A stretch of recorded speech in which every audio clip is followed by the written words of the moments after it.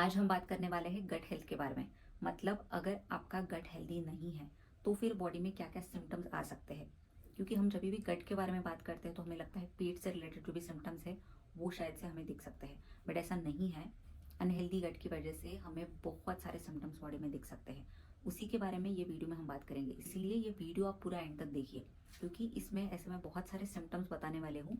शायद से वो आपको रहेंगे बट आपको पता नहीं होगा कि ये सिम्टम्स अनहेल्दी गट की वजह से हो सकते हैं या पेट की प्रॉब्लम की वजह से हो सकते हैं। सो मेरा नाम है डॉक्टर स्मिता भोयर पाटिल। मैं एक homeopathic doctor, nutrition consultant and holistic cosmetologist हूँ। सो गट इसका मतलब है हमारी आंत या आंतड़े। सो जब भी इसमें कुछ प्रॉब्लम होता है तो फिर बॉडी हमें क्या क्या सिम्टम्स दे सकती है, इसके बारे में अभी हम डिटेल में बात करेंगे। पहला जो है वो है आपका डाइजेशन रिलेटेड सिम्टम्स।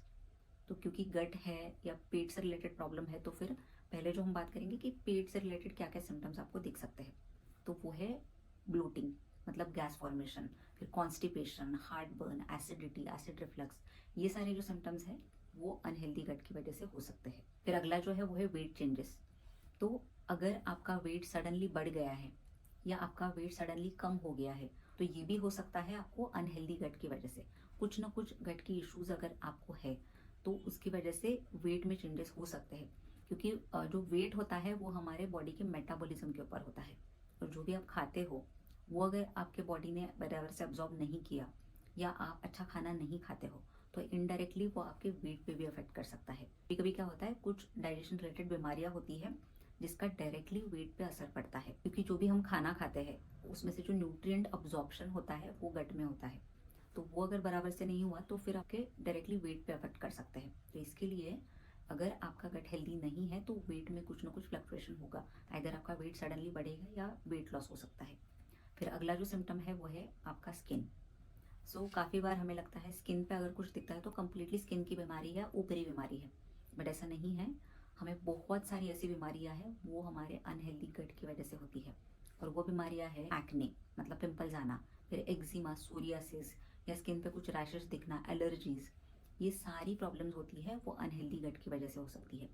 तो एक ऐसी बीमारी है जिसको हम बोलते हैं लीकी गट। लीकी गट इसका मतलब ये है कि जो हमारे इंटेस्टाइन या आंतड़ों की जो वॉल होते हैं वो वीक होती है।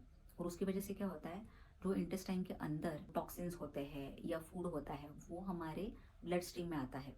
और उसकी वजह से फिर हमारे ब्लड में टॉक्सिन्स डेवलप होते हैं और फिर हमें स्किन की बीमारियां होती है। स्पेशली एलर्जीज, एक्जिमा, सोरियासिस, ये सारी बीमारियां होती है वो आपको अनहेल्दी गट की वजह से हो सकती है। अगला है स्लीप इशूज। मतलब अगर आपको नींद बराबर से नहीं आती तो वो भी गट हेल्थ की वजह से हो सकती है। कभी कभी क्या होता है, गट की वजह से या गट की कुछ भी प्रॉब्लम है तो आपको अगर ब्लोटिंग हो रहा है या कुछ न्यूट्रिशनल डेफिशिएंसीज है तो फिर नींद पे उसका डायरेक्टली असर हो सकता है। तो इसके लिए अनहेल्दी गट की वजह से आपको नींद की दिक्कत भी आ सकती है। फिर अगला जो है वो है फूड इंटॉलरेंस। इसका मतलब है कुछ कुछ खाने की चीज़ें होती है वो हम टॉलरेट नहीं कर सकते हैं।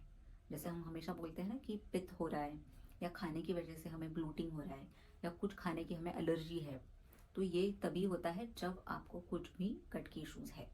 तो इसमें क्या होता है, जब भी आप कुछ खाना खाते हो तो वो इधर वॉमिट हो जाता है आपको, या उसकी वजह से डायरिया हो सकता है, या स्किन पे एलर्जी या स्किन पे रैशेज हो सकते हैं, या कभी कभी उसकी वजह से ब्लोटिंग, गैस फॉर्मेशन भी हो सकती है। तो इसको बोलते हैं फूड इंटॉलरेंस। तो ये एक मेजर चीज है जो अनहेल्दी गट की वजह से हो सकती है। फिर अगला जो है वो है ऑटो इम्यून कंडीशंस या लो इम्यूनिटी। तो हमारी इम्यूनिटी हमारे गट से डायरेक्टली रिलेटेड है।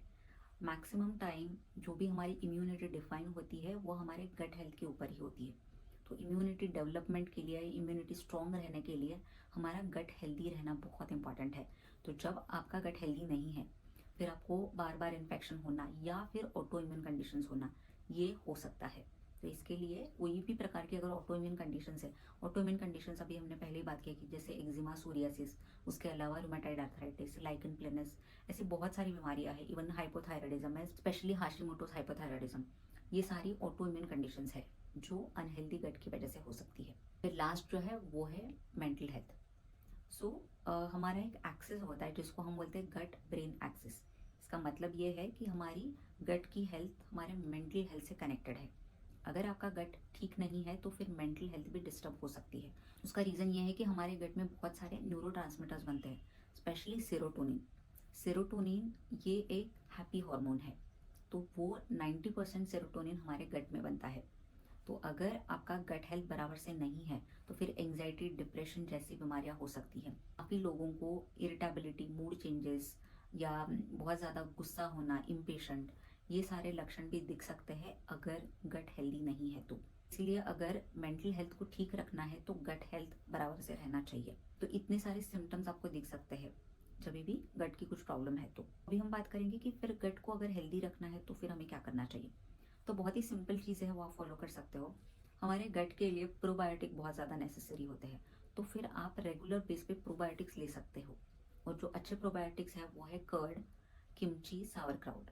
किमची सावरक्राउट ये कैबेज से बना हुआ होता है। कैबेज को फर्मेंट करके बनाया जाता है और गट के इश्यूज के लिए सबसे अच्छा प्रोबायोटिक है, तो आप रेगुलरली उसको ले सकते हो।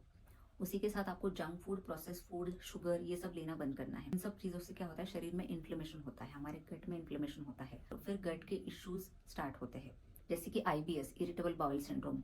ऐसी जो क्रॉनिक बीमारियां है वो हो सकती है अगर आपका खाना बहुत ही अनहेल्दी है। तो इसीलिए आपको जो भी जंक फूड, प्रोसेस फूड्स, ये सब चीज़ें लेना बंद कर देना है। उसके बाद आपको रेगुलर एक्सरसाइज करना है। रेगुलर एक्सरसाइज करना क्यों इम्पॉर्टेंट है, क्योंकि हमारे शरीर में सर्कुलेशन बराबर से होना ज़रूरी होता है। तो अगर आप एक जगह पे बहुत ज़्यादा समय बैठते हो उसकी वजह से भी आपको गट इश्यूज हो सकते हैं।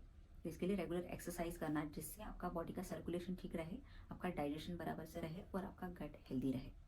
और फिर लास्टली आपको योगा, मेडिटेशन भी करना है, क्योंकि जो गट ब्रेन एक्सिस है, इसका मतलब ये है कि अगर आपको कुछ भी क्रॉनिक स्ट्रेस है या आपको एंजाइटी की प्रॉब्लम है या डिप्रेशन की प्रॉब्लम है तो वो गट पे अफेक्ट कर सकता है।